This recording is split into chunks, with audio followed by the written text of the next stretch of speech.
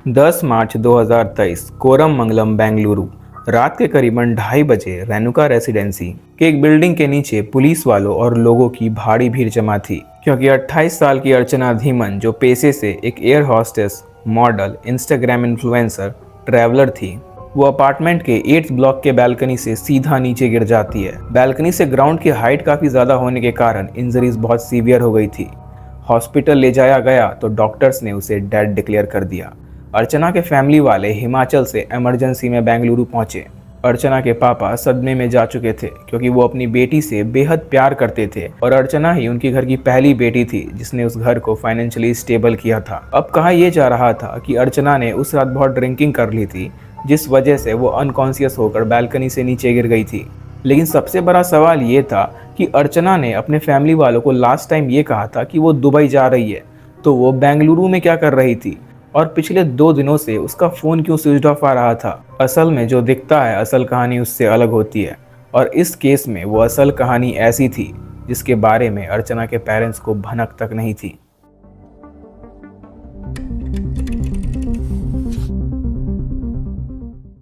अर्चना धीमन सिर्फ एक air hostess नहीं थी, बल्कि वो काफ़ी मल्टी टैलेंटेड थी, और इस चीज़ का जीता जागता सबूत उसका इंस्टा प्रोफाइल था, जहां अर्चना ने Australia, Philippines, Morocco, Thailand, Belgium जैसे कई सारे देश घूम रखे थे। इंस्टाग्राम पर वो काफ़ी एक्टिव थी, अपनी modelling post, reel, singing, acting वगैरह पोस्ट किया करती थी। और सिर्फ यही नहीं, उसने बॉलीवुड मूवी जुग जुग जियो में एक छोटा सा कैमियो भी किया था। 2022 में उसने एक पोस्ट किया था जिसमें वो सनी कौशल के साथ थी, और उसकी लास्ट 5th रील पर एक कैप्शन था जिसमें लिखा हुआ था, my life be like eat sleep travel repeat don't ask about love I am not that blessed. ये लाइन उसके लाइफ में चल रहे इमोशनल स्ट्रगल को दिखा रही थी। 7 मार्च को अर्चना ने अपने पेरेंट्स से कहा था कि वो वापस दुबई जा रही है, क्योंकि वो दुबई के एक बड़े एयरलाइंस कंपनी में as a air hostess job किया करती थी।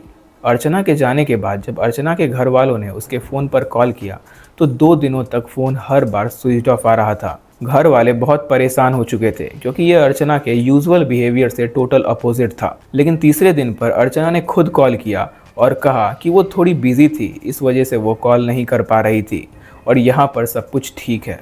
उसने अपने घर वालों से कह तो दिया था कि यहाँ सब ठीक है, लेकिन कुछ भी ठीक नहीं था, क्योंकि अर्चना तो दुबई में थी ही नहीं, वो तो बेंगलुरु में थी। वो वहाँ उस शख्स के साथ थी जिससे वो मिलने गई थी, क्वालिटी टाइम स्पेंड करने गई थी। वो इंसान जिस पर अर्चना बहुत ट्रस्ट किया करती थी, वही अर्चना के साथ कुछ ऐसा करेगा, अर्चना ने अपने सपने में भी नहीं सोचा था। अर्चना की छोटी बहन आंचल बेंगलुरु में ही एक प्राइवेट कंपनी में as a software engineer job कर रही थी, और अपनी छोटी बहन आंचल को इस पोजीशन में लाने में सबसे बड़ा हाथ अर्चना का ही था। उसी ने उसे सपोर्ट कर इस पोजीशन पर लाया था। अब जिस रात ये इंसिडेंट हुआ था, उस रात अर्चना को हॉस्पिटल ले आने वाला शख्स आदेश था, और आदेश ही वो शख्स था जिसने अर्चना के पेरेंट्स को कॉल कर इस इंसिडेंट की सारी डिटेल्स दी थी। अर्चना के घर वाले इमरजेंसी में हिमाचल से बेंगलुरु पहुंचते हैं। उसके फैमिली वाले अंदर से टूट चुके थे, रातों रात उन्होंने अपनी बड़ी बेटी खो दी थी। इस इंसिडेंट के 2 दिन बाद अर्चना के फैमिली वालों ने एक पुलिस कंप्लेंट फाइल की, जिसमें उन्होंने कहा कि ये कोई सुसाइड या एक्सीडेंट नहीं, बल्कि एक मर्डर है, और ये मर्डर आदेश ने किया है।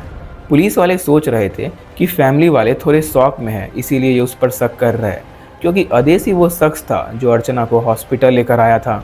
लेकिन अर्चना की बहन आंचल के फ़ोन में कुछ ऐसी चीज़ें थी जो ये खुलासा करने वाली थी कि 10 मार्च की रात उस बालकनी में सच में क्या हुआ था। आदेश से पूछताछ की गई तो वो बताता है कि 7 मार्च को अर्चना बेंगलुरु आई थी उससे मिलने के लिए, जहां पर इन दोनों ने काफ़ी क्वालिटी टाइम साथ में स्पेंड किया। ये लोग पब, क्लब्स, डिनर डेट पर गए, और last time Forum mall movie देखने भी गए थे। 10 मार्च की रात को ये दोनों बालकनी में बैठकर ड्रिंकिंग कर रहे थे। तभी अर्चना बहुत ड्रिंक किए जा रही थी, और आदेश उसे मना करता है। अर्चना ने इतनी ज़्यादा ड्रिंकिंग कर ली थी कि वो बालकनी से अनकॉन्शियस होकर नीचे गिर गई, और वो घबराहट के मारे दौड़े भागे नीचे जाता है और उसे हॉस्पिटल लेकर जाता है। लेकिन आंचल ने कुछ ऐसे व्हाट्सएप चैट दिखाए जिसमें यह दिख रहा था कि अर्चना बीते कुछ महीनों में बहुत ही ज़्यादा मेंटली परेशान थी, और इन सब के परेशानी का रीज़न था अदेश। 28 साल की अर्चना हिमाचल की रहने वाली थी। उसके पापा का नाम देवराज धीमन था। अर्चना की 3 छोटी बहनें थी और उसका एक भाई था। देवराज ने अपने चाइल्डहुड में ज़्यादा पढ़ाई नहीं की हुई थी अपने फैमिली प्रॉब्लम्स के कारण, पर उन्हें ये भरोसा था कि उनके बच्चे एजुकेशन के बलबूते पर घर के हालात बदलेंगे। मिडिल क्लास होने के बावजूद देवराज ने अपने बच्चों के एजुकेशन पर कभी भी कॉम्प्रोमाइज़ नहीं किया। 12th के बाद अर्चना ने एविएशन इंडस्ट्री ज्वाइन करने का फैसला किया। अर्चना ने कैबिन क्रू ट्रेनिंग का कोर्स किया और उसी के साथ वो देखने में काफ़ी खूबसूरत थी, इसीलिए वो मॉडलिंग और एक्टिंग वगैरह भी किया करती थी। और इसके ग्लिम्स हमें उसके इंस्टाग्राम और यूट्यूब वीडियो से दिखते हैं, जहाँ पर वो मॉडलिंग करती थी और उसने बॉलीवुड में भी एक छोटा सा कैमियो किया था। और फिर अर्चना की दुबई की एक एयरलाइन कंपनी में as a air hostess job लग गई थी और उसकी छोटी बहन भी बेंगलुरु के एक आईटी कंपनी में एज अ सॉफ्टवेयर इंजीनियर लग चुकी थी। अर्चना ने ये डिसाइड कर रखा था कि जब तक उसके फैमिली के हालात ठीक नहीं हो जाते तब तक वो शादी नहीं करेगी। और अब अर्चना की फैमिली फाइनेंशियली स्टेबल हो चुकी थी, इसलिए उसके घर वालों ने उसे शादी करने को कहा। और एक डेटिंग ऐप के थ्रू अर्चना की मुलाकात होती है अदेश से। 26 साल का अदेश केरला के खसारागोद का रहने वाला था। उसने MBA कर रखी थी और वो बेंगलुरु में सॉफ्टवेयर इंजीनियर था। शुरुआत में इन दोनों के बीच में फ्रेंडशिप होती है और नंबर एक्सचेंज होते हैं और धीरे धीरे इन दोनों में प्यार हो जाता है और ये दोनों रिलेशनशिप में आ जाते हैं। अर्चना ने अदेश को लेकर एक डेडिकेटेड कपल रील्स भी डाली थी, जिसमें उसने उसे टैग भी किया था। लेकिन बीतते वक्त के साथ इन दोनों के बीच में बहुत लड़ाई झगड़ा होना स्टार्ट हो गए थे।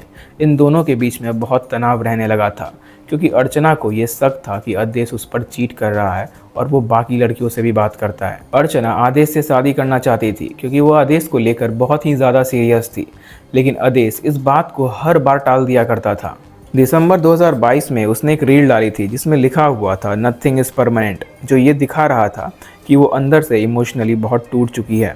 7 मार्च को अर्चना अदेश से मिलने के लिए बेंगलुरु आई हुई थी। दोनों ने साथ में 2-3 दिन तक काफ़ी क्वालिटी टाइम स्पेंड किया और 10 मार्च की रात ये दोनों बैल्कनी में बैठकर ड्रिंकिंग कर रहे थे। तभी अर्चना आदेश को उससे शादी करने के लिए कहती है, लेकिन वो बार बार मना करे जा रहा था। अर्चना आदेश को कहती है कि यदि वो उससे शादी नहीं करेगा तो वो उस पर फॉल्स लगाकर उसे जेल करवा देगी। आदेश डर चुका था क्योंकि यदि ऐसा हुआ तो उसकी पूरी लाइफ बर्बाद हो जाएगी। दोनों के बीच में हीटेड आर्ग्यूमेंट होना शुरू हो गए और बातें इतनी बढ़ गई कि दोनों एक दूसरे पर हाथ उठाने लगे थे। और एक मूवमेंट पर आदेश को बहुत ज़ोर से गुस्सा आया और उसने हीट ऑफ द मूवमेंट में आकर अर्चना को बहुत ज़ोर से धक्का दे दिया और वो सीधा बैल्कनी से नीचे गिर गई और उसकी वहीं पर स्पॉट डेथ हो गई। आदेश ये समझ नहीं पा रहा था कि आखिर अभी क्या हुआ, उसने क्या कर दिया। वो दौड़े भागे नीचे जाता है और एम्बुलेंस को कॉल कर अर्चना को हॉस्पिटल लेकर जाता है, लेकिन अफसोस अर्चना की जान जा चुकी थी।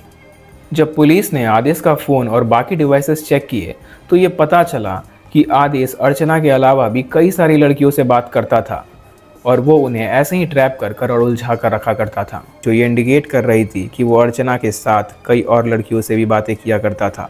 अब कुछ सोर्सेज के मुताबिक अर्चना और आदेश का ब्रेकअप दिसंबर 2023 में ही हो गया था और वो वहाँ आदेश से लास्ट टाइम मिलने के लिए गई थी और फिर ये सारा इंसिडेंट हो गया था।